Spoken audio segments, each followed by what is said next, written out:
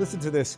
There's no definitive evidence that George Soros himself has been personally banned from any country. Claims on social media, he's banned in countries like Russia. Here's the breakdown. Russia banned 2 branches of Soros Open Society Foundation and Open Society Institute, whatever, labeling them as undesirable. Hungary passed the Stop Soros laws in 2018, which targeted NGOs and individuals assisting undocumented immigrants, indirectly affecting Soros-funded organizations like Open Society. Pakistan ordered the Open Society Foundations to cease operations. Turkey claims that Soros being banned in claims that the Open Society faced scrutiny and their closed operations and closed their operations in Turkey. Poland. Whatever, these are rumors. So he's not banned personally. Just, his organizations where they passed the Stop Soros law in Turkey because the guy goes in and burns shit down, literally. So would that be a case, Robert, with George Soros for some sort of RICO conspiracy to... completely. I mean, that's what they've been doing. It's what they've been doing at scale now for a long time.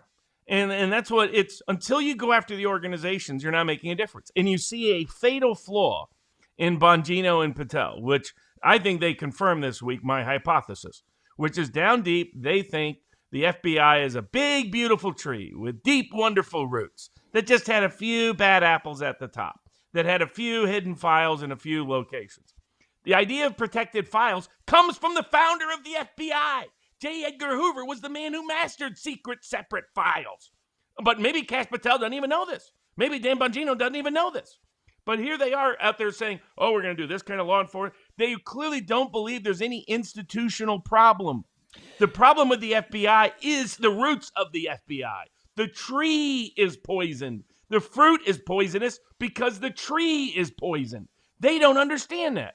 So they see these kind of bad actions, and rather than saying immediately, who are the institutional actors that are really behind this, they say, we'll find that one bad criminal, and we'll lock that one little protester up.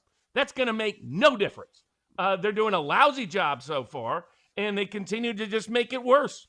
I mean, it's a disgrace. It's just a disgrace at this point. I've lost all patience for it. Kash Patel is either openly and overtly lying or he's a moron. What he said about Epstein on the Rogan show made no sense at all. It contradicts what Pam Bondi herself has said. Well, if I were an adversary to Patel, I know what I would pick away in terms of, yes, the internal contradictions to what he said during that interview, which we're going to get to in a second. And I will defend Bongino because I'm looking for an excuse to defend him. We all know that Bongino does not have faith in the FBI, or at least the institution, did not prior to becoming the deputy director.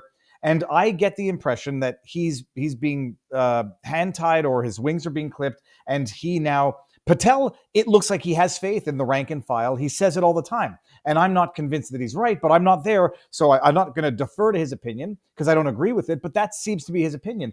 Bongino looks to me like he might be, his style is being hampered, or he is being restricted in what he can and cannot do within the FBI for reasons that are beyond his control. But what do I know? I just know that I like him, and I don't want to believe that he's had a change of heart to the degree that he must have had a change of heart compared to what we all knew he felt of the FBI as an institution beforehand. Kash Patel writes American Gangsters, talks about, we're going to get into the interview now with Joe Rogan, goes into detail about the thorough, insidious, institutionalized corruption within the FBI, that they falsify evidence, that they lie under oath, nothing they do can be trusted, and yet somehow, and I've asked the question publicly, I don't think I'll get an answer, but yet somehow, Patel comes out and says, we've looked over the file prepared by the very same corrupt, weaponized, fraudulent organization that is the FBI, and we believe that, Epstein killed himself and apparently nothing more to see here. And I say, how do you even rely on that file when it was prepared by the same FBI that falsified documents, that went after Carter Page, that went after Trump, Operation Crossfire Hurricane, and yet Patel can't, fit that circle peg into that square hole? The other thing that he says in the interview is, we go to the public, we want to hear what you have to say, and if you have information, let's hear it. And then also, we're not really looking at social media anymore because no matter what you say, it's going to piss people off, so let's ignore it altogether. He said in that interview, as relates to the Epstein video, that we're not going to victimize the victims again because then he wins. Hate me if you want to, but we're not going to do that. Also, no such video exists. And I don't know if I'm being too critical because I want to believe what I already believe, or it just doesn't make a lick of sense. Pam Bondi says, I've got the videos on my desk. It's terrible, yada, yada. He comes out now and says, we don't have the video that you want, Joe Rogan, or that people in the void have created the concern about, including Kash Patel himself. Let me get the Luke Rudkowski clip here. Including Kash himself 2 years ago. Why is the FBI protecting the greatest pederast, the largest scale pederast in human history? Simple, because of who's on that list. You don't think that Bill Gates is lobbying Congress night and day to prevent the disclosure of that list? And why is it that the Senate, and good for Senator Blackburn to try to get it out, but then Dick Durbin comes over the top and says, no, we're not going to release the names. I don't care about the list itself, but he released the names, right? And yeah, that's right. Because we don't need to hear the interview part. That's right. Because he was a sex trafficker and we don't know who his clients were. And now he comes out and says, there's no video showing anything that's going to show what you want. But we're not releasing that video anyhow because it would re-victimize the victims, which is what he wants. Robert, I never knew Kash Patel before. Government, what he did with Operation Crossfire Hurricane is amazing. Are they strategizing for something, or is this just laughably implausible now? It's laughably implausible. And my view is just that down deep, both of these guys, Bongino and Patel, are institutionalists. In other words, that they're not reformers by nature. And you see that in what they appeal to. They tend to appeal to authority. They appeal to their own authority and so forth. And they're contradicting. I mean, O'Keefe got Pam Bondi on tape saying there's a bunch of videos showing horrific things. And it's like, and now there isn't? It's like, okay, which is it? Well, and if it is, we won't show it. Okay, well, is it you've seen it and you're not showing it? Or it exists or it doesn't exist? Which is it? And the idea that there was this massive blackmail file that has just disappeared from the FBI, if that's what Patel is saying, well, that's its own scandal. And by the way, you could tell from when Rogan started cross-examining him on his Epstein killed himself, Patel admitted he hadn't even reviewed key evidence. This is incompetency by both he and Bongino. And it's embarrassing incompetency.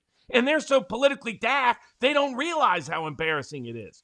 As soon as James Comey dog-walked them publicly by calling for the assassination of President Trump, and they literally did nothing but whine about it on the internet, that told everybody they have no control. They're not going to do jack. They're going to talk, they're all hat, no cattle. They're going to talk big and deliver nothing. And that's what the message has been the last several weeks. And they blame it as, well, we just can't please everybody. No, quit lying. How about you quit lying, Kash? Start there. Because what you told Rogan was a lie. Because it contradicts you. It contradicts the Attorney General. It contradicts the known evidence.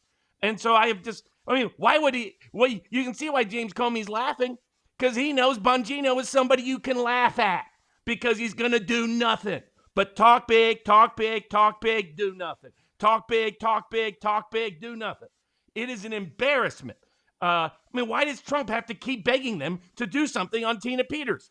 It doesn't take a brain surgeon to know how to do it. You simply do it. You release her as a federal witness. You have superior jurisdiction of the state. You get her into federal custody on grounds she's a critical witness. They do this all the time.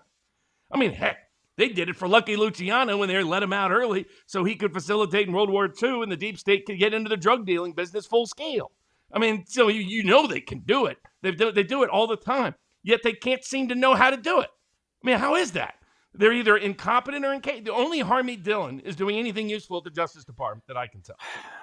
It drives me nuts. It's like there was an obvious question when Kash was talking about he did it to himself. He was all alone in that cell. How the hell was he all alone in that cell? Period. Like, that's the question. And how do you know that? Because at first they said there was a tape, and now it turns out there's not really a tape. So in fact, the cameras were off. That what the tape is if somebody is later on after he's dead. Okay, that's not really useful. It's supposed to be a big coincidence the cameras went off. I just think these guys don't want to really rattle the cage. They want to be known as the best sheriff in town, which means not looking at the serious crimes of the serious actors, because that's where the power is. It's in deep state corruption. It's in NGO corruption. It's in bureaucratic state corruption being done by very powerful people, the kind of people that have connections and ties and are on the Epstein list. As Kash admitted, he knows that Bill Gates is on that list, and yet no information about Bill Gates connected to Epstein has ever been released by the FBI. Why is that? And now he's pretending there isn't a list. Now he's pretending there isn't videos. Now he's pretending he killed himself.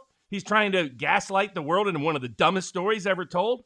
If you're this big of a wuss, Kash, go back to talking big on podcasts. Go back to talking big on books. Because so far, you've been a pitiful, sad excuse and shell the person you claim to be.